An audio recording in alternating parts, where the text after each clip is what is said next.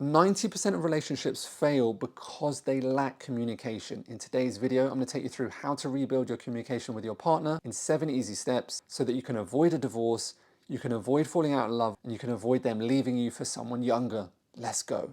Now, don't play hard to get. Hit that subscribe. I got you. Communication is not just words. It's not just about talking. Effective communication is the foundation for your relationship, the foundation of all trust, all problem solving, and intimacy. Without communication, your relationship is never going to work. In my past, I had a couple of relationships that just completely were ruined by lack of communication by my part and my partner. I was young, I had very little self-awareness, and looking back, there are some simple things that I could have changed which completely change the landscape of your life. So trust me, you can rebuild this. Number one, you've got to get them bought in to wanting to improve their communication. Being able to communicate the importance of being able to connect without it coming across like this really boring thing, because it's not, and it sometimes can seem like that.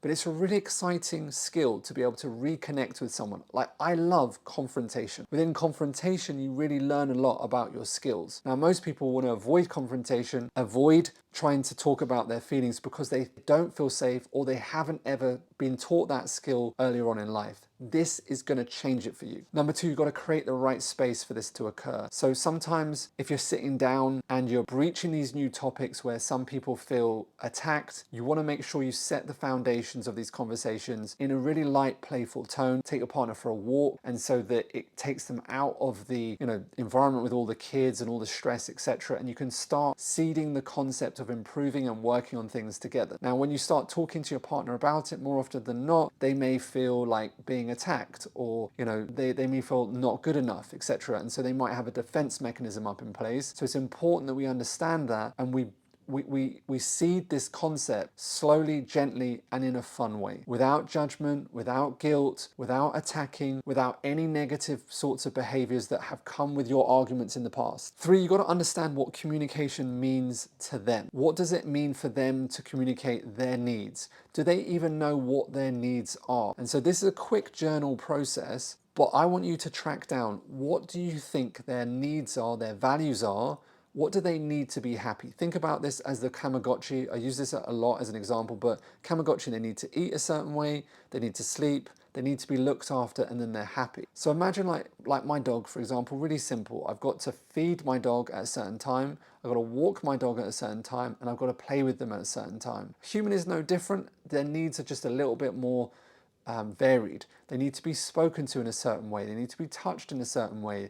They need to be fed in a certain way. They need to be appreciated in a certain way. They need to be loved in a certain way. They need to have accountability in a certain way. So you need to find out who your human, what their needs are, and how to fulfill them. What does communication mean for them? Step number four is you're finding out how to communicate the good things about them versus the things that you want to improve. Now, 100% got to recommend that you put that in a feedback sandwich. So as in, you're saying the good things first, and then you're saying, here's the things that we can improve on, just a couple, and then add more good things. Now, when I was younger, I never used to believe in like a positive feedback sandwich, what some people in the UK call in leadership a shit sandwich, like shit in the middle and it's good things around it. Now, not a professional word, I know. A positive feedback sandwich has to occur, because it doesn't matter how strong, how aware your partner is, they're just not going to be open if you come with all these things they need to improve, right? You need to start with, the things I love about you are this, this, this. Get them into a good state. Here's a couple of things that we can improve together, but overall, I love this about you. I think that's great.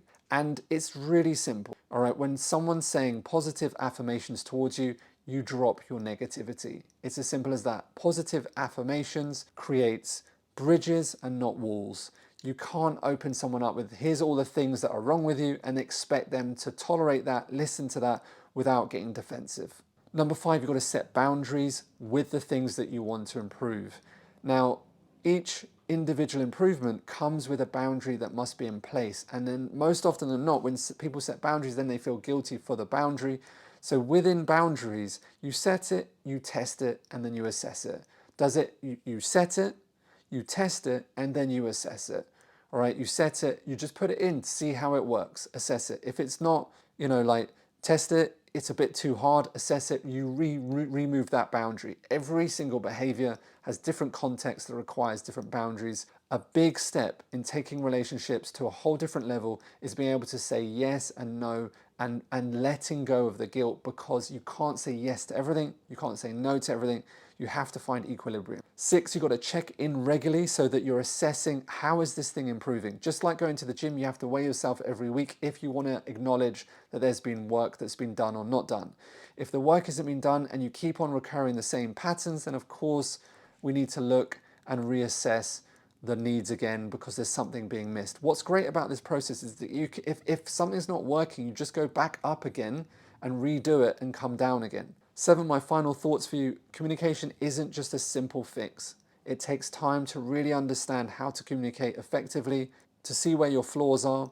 But with the right mindset, the right consistent work, I promise you all problems within your relationship can be resolved. Because you're not alone, hit that subscribe. I got you.